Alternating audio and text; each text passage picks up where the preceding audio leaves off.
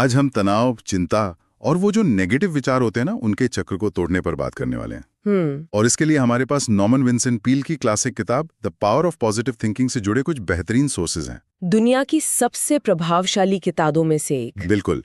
और इसका जो सेंट्रल आइडिया है वो बहुत सिंपल है। हमारी सोच ही हमारी हकीकत बनाती है। तो चलिए इस विचार की परतों को खोलते हैं और देखते हैं कि ये आज की दुनिया में कितना प्रैक्टिकल है। बिल्कुल। और यहाँ एक जरूरी बात से शुरू करते हैं। कई लोग पॉजिटिव थिंकिंग का मतलब ये समझते हैं कि भाई अपनी समस्याओं को इग्नोर कर दो। हाँ, बस अच्छा सोचो। हाँ, बस अच्छा सोचो। लेकिन सोर्सेज और किताब का कोर मैसेज ये नहीं है।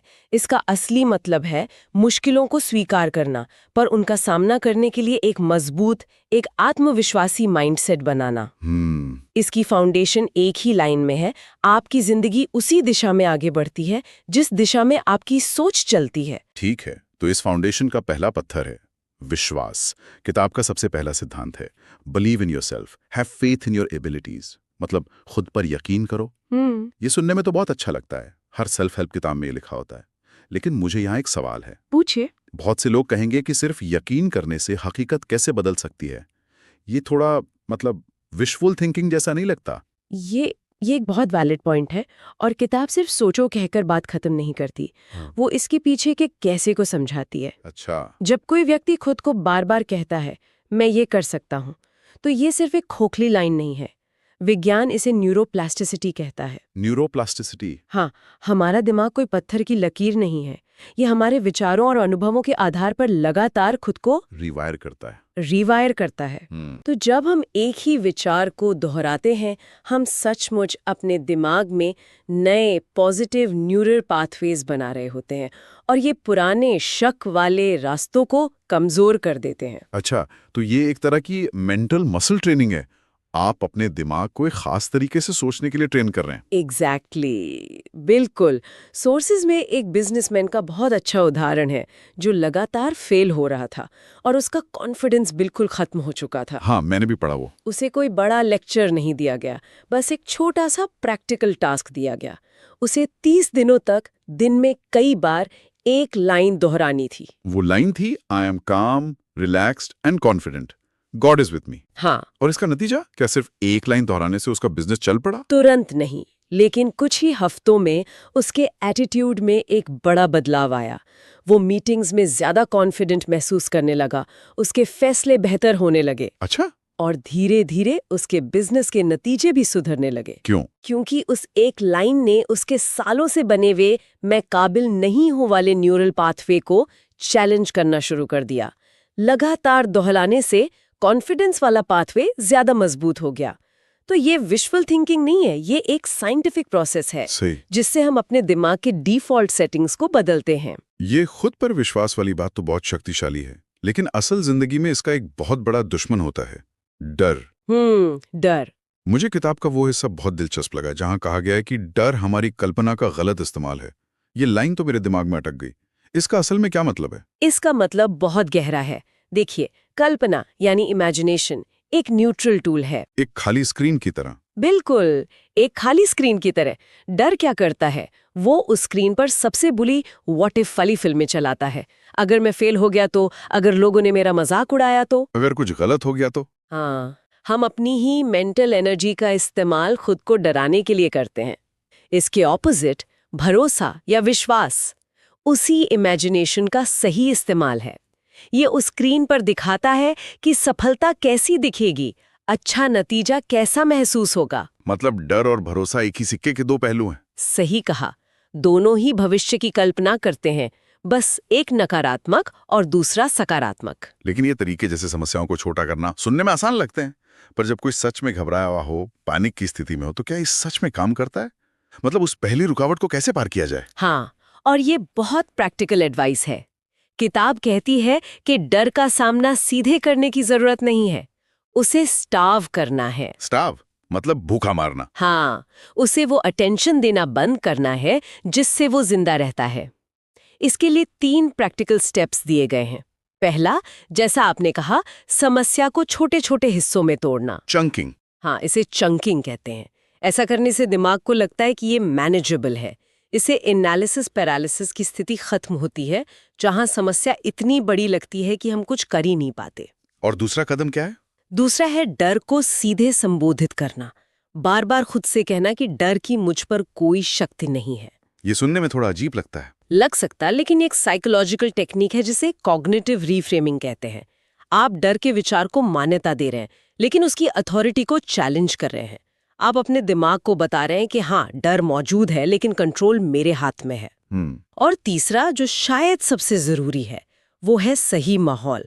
ऐसे लोगों के साथ रहें जो आपको हिम्मत देते हैं, ना कि उन लोगों के साथ जो आपके डर को और बढ़ाते हैं। सही बात है। संगत का असर हमारी सोच पर किसी भी दवा से ज्यादा तेज होता है। तो डर से निपटने के लिए हमें बाहरी माहौल यानी लोगों पर ध्यान देना होता है। क्या यही लॉजिक हमारे अंदरूनी माहौल पर भी लागू होता है? मेरा मतलब है हमारे मन की शांति पर। किताब में शांत दिमाग को एक सुपर पावर कहा गया है। ये थोड़ा बड़ा चढ़ाकर नहीं बोला गया? बिल्कुल नहीं। आज की भागदौड़ वाली दुनिया में शांत दिमाग सच में एक सुपर पावर ही है। कैसे? जब हमारा मन शांत होता है तो हम शोर में से सिग्नल को अलग कर पाते हैं। हमारे फैसले ज्यादा क्लियर होते हैं, हमारी क्रिएटिविटी बढ़ती है और हम रिएक्ट करने की बजाय रिस्पॉन्ड करते हैं। सही। किताब में इसके लिए क्वाइट टाइम की एक बहुत सिंपल टेक्निक बताई गई है। रोज कुछ मिनट अकेले बैठना, आंखें बंद करना और अपने दिमाग में चल रहे शोर को बस देखना, उसे शांत करने की कोशिश किए बिना। ये एक तरह से दिमाग को डीफ्रैग करने जैसा है, जैसे हम कंप्यूटर के हार्ड ड्राइव को करते हैं। क्या बात है, बिल्कुल सही एनालॉजी है। और इसी से विजुअलाइजेशन की टेक्निक भी जुड़ती है ना? हाँ, जहाँ अपनी मनचाही सफलता की एक मेंटल मूवी बनाने की बात कही गई है, जैसे कि वो पहले ही सच हो चुकी हो। हाँ, और ये सिर्फ पॉजिटिव थिंकिंग से एक कदम आगे है। इसे मनोविज्ञान में प्राइमिंग भी कहते हैं। प्राइमिंग? जी। जब हम किसी नतीजे की एकदम साफ डिटेल्ड कल्पना करते हैं, उसे देखते हैं, महसूस करते हैं, सुनते हैं, तो हम अपने दिमाग के एक हिस्से को, जिसे रेटिकुलर एक्टिवेटिंग सिस्टम या RAS कहते हैं, को ट्रेन करते हैं। Reticular activating system? जी। ये क्या होता है? RAS हमारे दिमाग का गेटकीपर या फिल्टर। फिल्टर? हाँ, यह तय करता है कि लाखों बिट्स ऑफ इंफॉर्मेशन में से कौन सी जानकारी हमारे कॉन्शियस माइंड तक पहुंचेगी। आपने कभी नोटिस किया है कि जब आप कोई नई कार खरीदने का सोचते हैं तो अचानक आपको वही कार सड़क पर हर जगह दिखने लगती है? हाँ, बिल्कुल ऐसा होता है। वो कारें पहले भी वहीं थीं, लेकिन आपका RAS उन्हें फिल्टर कर रहा था। जैसे ही आपने उसे खरीदने का सोचा, आपने अपने RAS को एक इंस्ट्रक्शन दिया कि ये कार मेरे लिए इम्पोर्टेंट है। अच्छा। ठीक इसी तरह जब हम सफलता को विजुअलाइज करते हैं तो हम अपने RAS को ये इंस्ट्रक्शन देते हैं कि इस लक्ष्य से जुड़ी हर अपॉर्चुनिटी मेरे लिए इम्पोर्टेंट है। फिर हमारा दिमाग उन मौकों, लोगों और जानकारियों को पहचानने लगता है जिन्हें हम शायद पहले नजरअंदाज कर देते। तो विजुअलाइजेशन कोई जादू नहीं है, ये अपने दिमाग के नेचुरल फिल्टर सिस्टम को अपने लक्ष्य के लिए प्रोग्राम करना है। वाओ, ये कनेक्शन तो कमाल का है। मतलब हम अपने दिमाग के सर्च इंजन को बेहतर बना रहे हैं। ओके, तो हमारे अंदरूनी विचार, हमारा माइंडसेट, ये सब तो की हैं, लेकिन हमारी बाहरी दुनिया का क्या? जैसे कि हमारे आसपास के लोग और हमारी भाषा, इस पर भी सोर्सेस में काफी जोर दिया गया है। हाँ, क्योंकि हमारा माइंडसेट किसी वैक्यूम में नहीं बनता, ये हमारे माहौल से लगातार प्रभावित होता है। किताब में नकारात्मक लोगों से दूरी बनाने की सलाह दी गई है और इसका कारण बहुत साइकोलॉजिकल है। क्या? नकारात्मक लोग, जिन्हें एनर्जी वैम्पायर्स भी कहा जाता है, वे हर समस्या में एक समस्या ढूंढते हैं। हाँ, होते हैं ऐसे लोग। उनकी बातें हमारे अवचेतन मन में शक और डर के बीज बो देती हैं, जो हमारे बनाए हुए पॉजिटिव माइंडसेट को कमजोर कर देती हैं। ये वैसे ही है जैसे आप एक सुंदर बगीचा लगा रहे हो और कोई आकर उसमें खरपतवार डाल जाए। सही बात है। और सिर्फ लोगों से दूरी बनाना ही नहीं, बल्कि एक और आदत अपनाने की बात की गई है, आभार यानी ग्रैटिट्यूड। ग्रैटिट्यूड? हर रात सोने से पहले 5 ऐसी चीजें लिखना जिनके लिए हम शुक्रगुजार हैं। ये एक छोटा सा अभ्यास लगता है, लेकिन इसका असर बहुत गहरा बताया गया है। बिल्कुल। और आभार सिर्फ अच्छा महसूस करने के बारे में नहीं है, ये हमारे दिमाग की केमिस्ट्री को बदलता है। जब हम आभार महसूस करते हैं तो हमारा दिमाग डोपामाइन और सेरोटोनिन रिलीज करता है। अच्छा। ये वही न्यूरोट्रांसमीटर्स हैं जो हमें खुश और संतुष्ट महसूस कराते हैं। तो ये अभ्यास असल में एक तरह का नेचुरल एंटी डिप्रेसेंट है। ये हमारे दिमाग को कमी वाले माइंडसेट से निकालकर प्रचुरता या अबंडेंस वाले माइंडसेट में शिफ्ट करता है। और भाषा के बारे में क्या? कहा गया है कि हमें अपने लक्ष्य पॉजिटिव लैंग्वेज में बनाने चाहिए, जैसे कि मैं आलस छोड़ दूंगा कहने की बजाय मैं ऊर्जावान और अनुशासित हूं। इसमें क्या फर्क है? इसमें जमीन आसमान का फर्क है। हमारा अवचेतन मन, जो हमारे ज्यादातर व्यवहार को कंट्रोल करता है, वो नहीं या मत जैसे नकारात्मक शब्दों को प्रोसेस नहीं कर पाता। मतलब? अगर मैं आपसे कहूं गुलाबी हाथी के बारे में मत सोचो, तो आपके दिमाग में सबसे पहले क्या आएगा? गुलाबी हाथी? एग्जैक्टली। तो जब आप कहते हैं मैं आलस नहीं करूंगा, तो आपका अवचेतन मन आलस शब्द पर फोकस करता है। सही। लेकिन जब आप कहते हैं मैं ऊर्जावान हूं, तो आप अपने दिमाग को एक सीधी पॉजिटिव कमांड दे रहे हैं।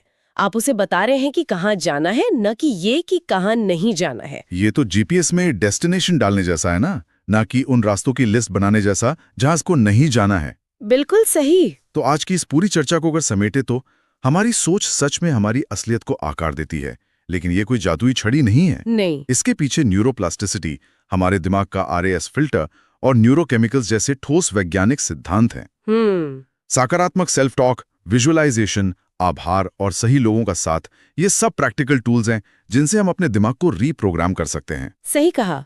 और अंत में हमारे श्रोताओं के लिए सोचने के लिए एक सवाल छोड़ जाते हैं। जरूर। ये किताब और इसके पीछे का विज्ञान हमें बताता है कि हमारी ज्यादातर सीमाएं बाहरी नहीं बल्कि हमारे दिमाग के अंदर होती हैं, जिन्हें हम लिमिटिंग बिलीव्स कहते हैं। तो सवाल ये है कि अगर हमारी सोच ही हमारी सीमाओं को तय करती है, तो आज ऐसी कौन सी एक सीमा है जिसे सिर्फ अपनी सोच बदलकर तोड़ा जा सकता है?